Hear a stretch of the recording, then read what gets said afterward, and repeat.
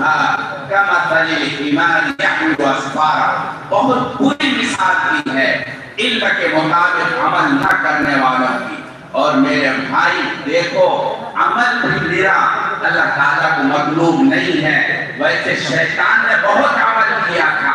شیطان کے بارے میں، ابلیس کے بارے میں لکھا ہے اللہ تعالیٰ کے لیے چپے چپے میں سجدہ کیا ہے، مگر وہ علم اور وہ عمل اللہ کو مطلوب نہیں، اللہ کو پسند نہیں، جب تک کہ اس عمل کے اندر اللہ کی معرفت نہ جھلکتی ہو، اللہ تبارک و تعالیٰ کی ذات کی پہچان نہ ہوتی ہو.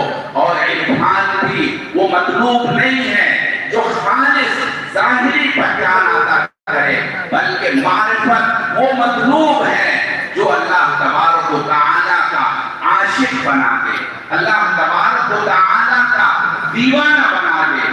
ایسی معرفت، یوں معرفت تو یہودیوں کو بھی بہت تھی. اللہ تبارک و تعالیٰ نے قرآن کریم میں نقل کیا ہے جناب رسول اللہ صلی اللہ علیہ وسلم کو وہ ایسے پہچانتے تھے توریت کی وجہ سے جیسے اپنے بیٹوں کو پہچانتے ہیں، یعرفون کما یعرفون ابناءہم. لیکن اللہ تبارک و تعالیٰ کے یہاں اس کو ایماندار نہیں سمجھا گیا، مومن نہیں سمجھا گیا. اس کا مطلب یہ ہے ظاہری پہچان اللہ تعالیٰ کے یہاں کافی نہیں ہے جب تک کہ اس کے اندر عشق پیدا نہ ہو، اللہ تعالیٰ کی ذات سے لگاؤ، تعلق اور محبت پیدا نہ ہو. جب آدمی کے اندر اللہ کا عشق پیدا ہوتا ہے، اللہ کی محبت پیدا ہوتی ہے، اس کی دل کی دنیا بدل جاتی ہے.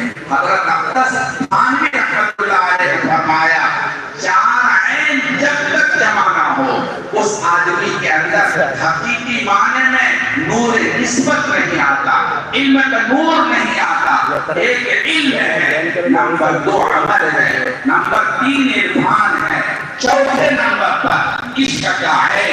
جب اس کے اندر عشق پیدا ہوتا ہے پھر اس کے دل کے اندر ایمان اور نور پیدا ہونے کے بعد حقیقی معنی میں علم کی روشنی پیدا ہوتی ہے جس کو علم کہتے ہیں. یہی امام غزالی نے فرمایا العلم نور یقذف اللہ تبارک و تعالی فی قلب بنی آدم. علم ایک نور ہے جس کو اللہ تبارک و تعالی انسان کے دل میں ڈالتا ہے. جب ایسا علم چاروں چیزوں کا مجموعہ پیدا ہوتا ہے وہ طالب علم پرجوش طالب علم ہوتا ہے، علم کا شیدائی ہوتا ہے، علم کا دیوانہ ہوتا ہے. ہمارے اکابر رحمہ اللہ نے ایسا ہی علم حاصل کیا تھا، ایسے ہی اللہ تبارک و تعالیٰ نے ان کے دلوں کے اندر نور عطا فرمایا تھا. جب پرجوش طالب علم ہوتا ہے اللہ تبارک و تعالیٰ ایسے طالب علم کے دلوں کو نور نسبت سے منور فرماتے ہیں اور پھر اس کی دل کی دنیا الگ ہوتی ہے. دنیا جہان سے الگ ہو کر وہ طالب علم کو حاصل کرتا ہے. اندلس کا ایک طالب علم بقی الدین بن مخلد رحمۃ اللہ علیہ، انہوں نے امام احمد بن حنبل رحمۃ اللہ علیہ کا علم حدیث کے اندر شہرت سنی.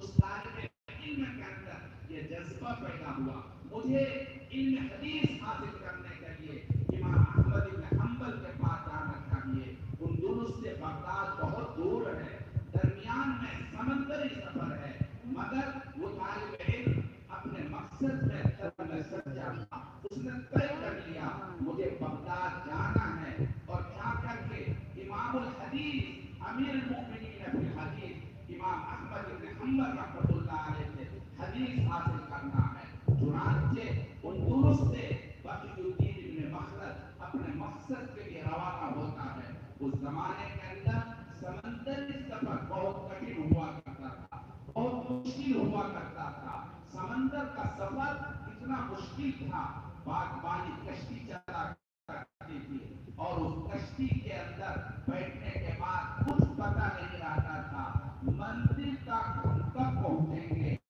1 سال لگے گا، 6 ماہ لگیں گے، کچھ پتہ نہیں. چنانچہ بقی الدین ابن مخلد کشتی میں بیٹھ گیا، چلتا رہا. ایک زمانہ گزر گیا اور ایسا